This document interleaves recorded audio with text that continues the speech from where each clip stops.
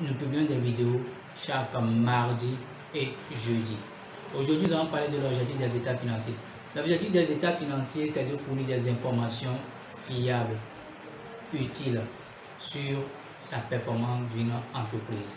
Et les états financiers, qu'est-ce qui se passe? Les états financiers comprennent le bilan, le compte de résultat, le tableau de flux de trésorerie et les notes annexes. Donc, dans une prochaine vidéo, on va parler mieux en détail de ces états financiers-là. Mais ce qui m'importe le plus, c'est à qui sont destinés les états financiers. Premièrement, il faut savoir que les états financiers que nous faisons sont destinés aux dirigeants de la société. Alors, pourquoi les gens font les états financiers? Nous voyons que c'est souvent la fin de l'année. Chaque entreprise, à la fin de l'année, quand il fait une activité sur 12 mois, présente les états financiers. Les états financiers, c'est le récapitulatif de toutes les situations, de toutes les opérations, l'activité que l'entreprise a fait pendant 12 mois.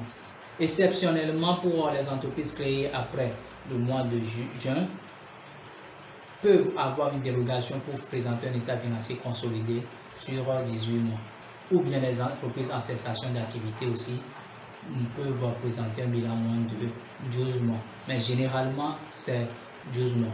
Maintenant, à qui sont destinés les états financiers? Les états financiers sont destinés aux dirigeants, au personnel, aux investisseurs, aux actionnaires, aux associés. Et c'est ces états financiers que l'État prend pour calculer les impôts. Donc l'impôt aussi a droit à ces états financiers.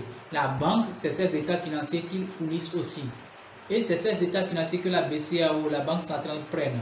Et c'est ces mêmes états financiers que chaque entreprise fait dans son coin, que ce soit système TPU normal, peu importe votre système, c'est ces états financiers que toutes les organisations prennent. Et c'est ça qui permet de faire la statistique pour déterminer le PIB d'un État et pour aussi déterminer le taux de pauvreté d'un État. Donc, il faut savoir que si votre pays est classé pays pauvre ou pays développé, c'est en fonction des états financiers déposés par chaque pays. Vous voyez, ça veut dire que nous aussi, nous pouvons contribuer au développement de notre pays en produisant des informations financières efficaces et efficientes utiles au développement de notre pays. Nous rencontrons des gens qui produisent des états financiers pour la banque qui sont différents de celles de l'impôt. Donc, qu'est-ce qui se passe? Il y a une adéquation entre ces deux choses parce que la BCEAO fait, ou bien la Banque centrale fait des informations, la compilation sur d'autres données, alors que l'État aussi fait sur d'autres données. Donc, c'est un peu difficile à nos États des fois de pouvoir demander des prêts pour développer le pays. Donc, il faut savoir que c'est très important ce que nous faisons comme information financière que nous produisons dans nos états financiers. Si nous voulons que le développement de notre pays soit efficace, que l'Afrique se développe, nous devons être sincères, fiables et avoir une image fidèle des états financiers que nous produisons. Donc, il faut savoir, chaque écriture que chaque comptable passe, imputation, saisie que vous faites dans votre logiciel comptable a une implication ou un impact direct sur l'économie nationale et sur l'économie mondiale.